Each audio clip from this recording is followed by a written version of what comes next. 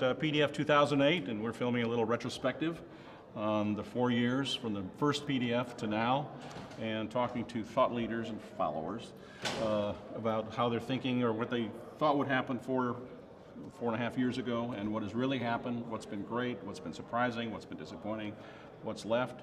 Here with Nicco Mele, the webmaster for the Howard Dean campaign, and in many ways a spiritual godfather of the campaign, just as Zephyr, who was on a while ago, was a spiritual godmother.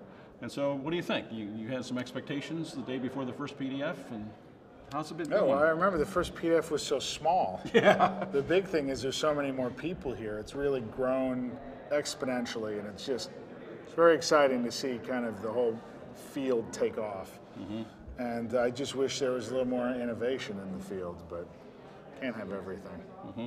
So were there any things you thought would just crop up?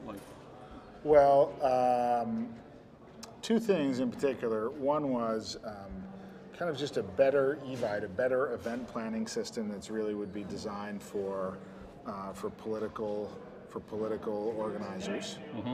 And the second is I'm surprised that none of the campaigns have really built their own media operations. You know, with the advent of digital video and the ease of distribution, you can just put it all.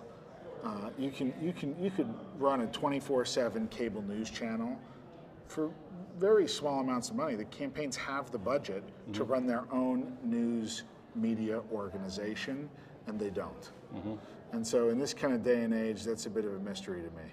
Do you think it's because the thing we're so familiar with is that these tools get very little spent on them? It's just the, cobbler's kid kind of thing. I don't know how much Barack Obama's spending. It looks impressive, but do you still think we see these outweighted ratios of expenses? Yeah, well, there's a lot of money raised online, but there's kind of an open question as to how much of it gets turned around and spent online, right, by the campaigns. So that's definitely a part of the equation. Now, there's a practical reason for that, which is that although the internet's kind of a well-understood tool for political fundraising, we know how to raise money online for political candidates and causes with the internet.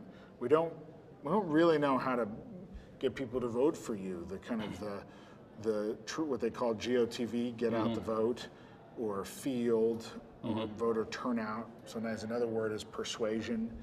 That whole side of the political industry is not well understood when it comes to the internet. There's kind of a well-established, you need two things to win on election day. You need people to show up and vote. And to get them to show up and vote, you need the money to convince them to do that. There's only two things that matter: money and persuasion. Get out the vote. How long do you think it'll be till we see that particular piece mapped fairly well to social network people? I think once we have a candidate who is a kind of unexpected once we have an anti-establishment candidate who is able to win and beat the establishment using these tools, then I think you'll see an immediate adoption. It'll happen. It won't happen, it won't happen, it won't happen, and then it'll happen overnight. Like the fundraising did. Like the fundraising did, right? There's lots of candidates who tried online fundraising before Howard Dean. It just was he had the right combination of factors at the right time to really kick it off. And similarly, there'll be some watershed moment like that it could even be it could be in the next 6 months. In fact, I'd say the odds are good it's in the next 6 months. We haven't spoken much about, in this series, we haven't talked at all about Independence Year with anybody, but since you've been working so closely with us, you got a sense of where we're going with it, and so if you want to talk about how you see it addressing some of these issues.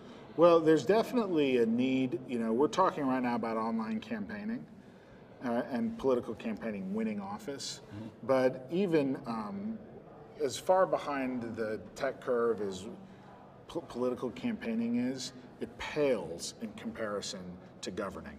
I mean, one of my favorite stories is there's an intersection in my neighborhood that needs a stoplight. There's always accidents there. It just needs a traffic light, right? It's impossible to figure out how to get that done. And if I go to the city website, they tell me nothing.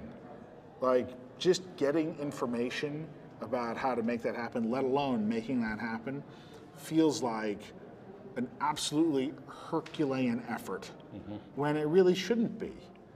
If the community's in agreement and there's the desire for it in the community, we ought to be able to make that happen relatively easily.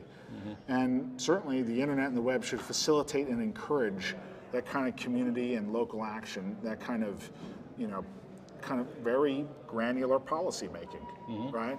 And there right now isn't a tool like that. And independence here is hopefully the future of that.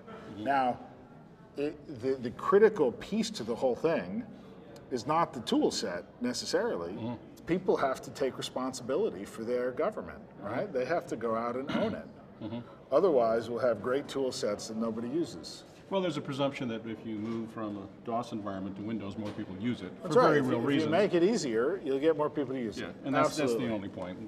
But this is what our friend Larry Lessig talks about, where he says, what's interesting about government is they get so many easy cases absolutely wrong. Yeah, absolutely. And when we can form interest groups around those things and start working on some easy cases. I was irritated this weekend yet again about what you're allowed to carry in terms of liquids on an airplane. And the science is well known. It takes a space about this big and about 300 gallons in 2 days, to actually take some common household things and turn it into an explosive. That's an easy case. This is the thing that we'll continue to work together on this. I think that if people come together online and use tools like Independence here to organize, we'll change the very fabric of the government. Totally. We'll change the way it's done. And that's why I'm so happy to be working with you, Nicco, again, after all this time. Nicco Mele.